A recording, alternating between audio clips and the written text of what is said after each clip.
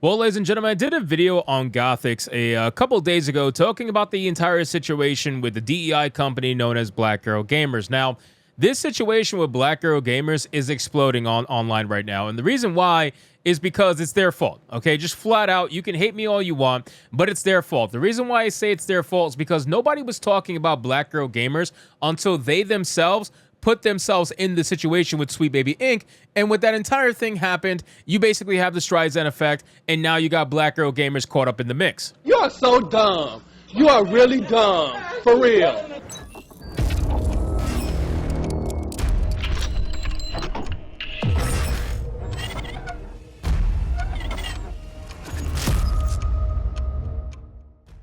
So we have an article here from Fandom Pulse with a headline that reads, former Black Girl Gamers member Gothix exposes their hatred for white people masquerading as DEI. Now, all of these sentiments I've talked about in many different videos. I've talked about the fact that Black Girl Gamers is just one of those obvious DEI companies that racially grifts. It talks about how it's not safe for black people in gaming, even though it's been safe for decades until they showed up. But apparently it's not safe for black people and non-white people in gaming. They want to create a victimhood. They want to create a victim mindset because they profit off of that victim mindset. Let's just be honest. Now, this company is getting destroyed by one of their own. Now, Gothix never worked for Black Girl Gamers in the sense of she was actually just kind of like a member. She knew their inner workings. She did a couple of things for them on Twitch here and there. She explained it in her video, so you definitely should go check that out. She released a video, but she just recently spoke out against Black Girl Gamers and completely destroyed their narrative. So let's get into this article, guys, from Fandom Pulse. But of course, before we do, if you are new here, just consider hitting that subscribe button. I would greatly appreciate it, and like the video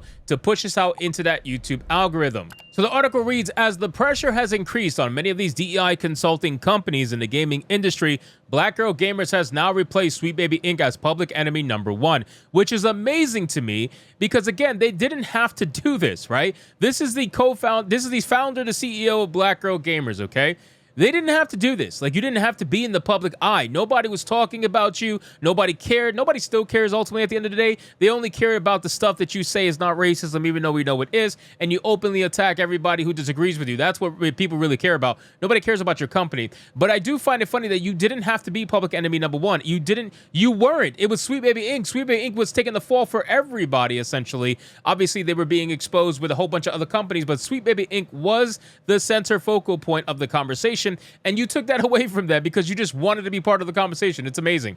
But it has been replaced, Sweet Baby Inc. as public enemy #1 after Black Girl Gamers announced on Twitter that they were seeking legal counsel against that Park Place for speaking out about their allegedly discriminatory DEI hiring practices. YouTuber and culture war commentator Gothix stepped forward to share her own past experiences as a member of Black Girl Gamers. Now, we talked about this particular tweet in my last video, okay? So I'm not going to go over it again, but she essentially destroys them and proving that, no, they don't care about white people. They don't care about diversity. They only care about racially grifting because it's profitable for them.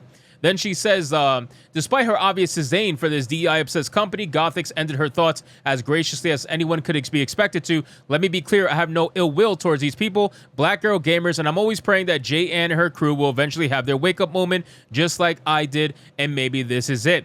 Now, when asked about her reason for joining Black Girl Gamers in the first place, Gothix replied, to be fair, when I started streaming on Twitch, I briefly fell for the lie that it would be harder to be successful as a black woman. So I was invited to join Black Girl Gamers and the cookout. I don't know if that latter still exists, but after a few months, I started to realize something was not right. This is the goal of the DEI agenda, to convince people from minority backgrounds that they've been victimized by the system, white supremacy, and that in order for there to be equality, the oppressor must be oppressed. Since speaking out about DEI and Black Girl Gamers, Gothix has now been targeted by many of these woke activists on Twitter. It was only a matter of time before the keyboard warriors return with their tolerant and inclusive pitchforks, Gothix tweeted out. Now, it's amazing how you're going to have so many black activists on Twitter, or so many, honestly, just activists in general, because I see a lot of white people doing it too.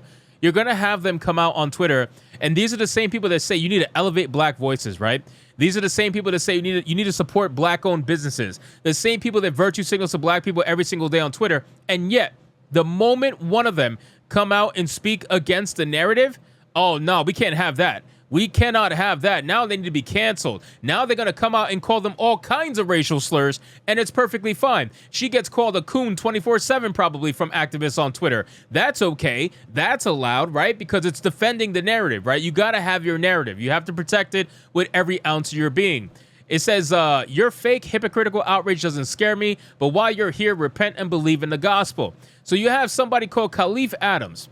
Seems like he checks all the boxes you would expect from a typical black activist on Twitter. He said gaming's Candace Owens jumping into the BGG. Let me open up this tweet here. Jumping into the BGG convo wasn't something I expected on my bingo card, but also definitely not surprising. So apparently to them, they consider Gothix to be the Candace Owens, okay, of gaming. Think about that statement really quick. They love to call Candace Owens a coon. They love to call Candace Owens an Uncle Tom. So they're basically calling Gothix the same exact thing because she disagrees with the mainstream narrative. She disagrees with the racial grifting that someone like Khalif Adams loves to do because he profits from it. And again, when I say profits from it, I don't mean just monetarily, okay? A lot of people will do this just for the social justice points. That's what they'll do. They'll go on Twitter to get those likes and retweets. It makes them feel good. It makes them feel virtuous. You understand? It makes them feel like something when they're nothing usually. So they do these things because it's important to them. It's not just about monetary gain,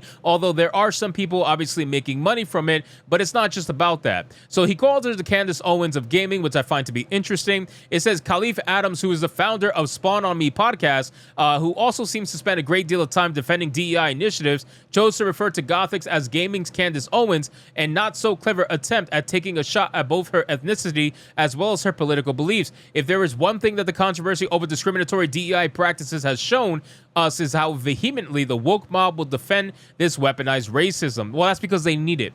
They need it. They need the racism. If without the racism, they don't have anything. Without the racism, they're really not doing much with their lives. Without the racism, they can't grift on it, so they need it. Racism for them is everything. They have to pursue it.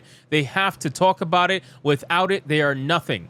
It says there have been no official response from Black Girl Gamers regarding the statements that Gothix shared on Twitter. There has also been no update regarding their half-hearted legal threats towards anyone covering their allegedly racist DEI hiring practices. At Fandom Pulse, we will not stop covering the story, nor will we be afraid to continue speaking the truth. Well, that's great. I'm glad to hear that.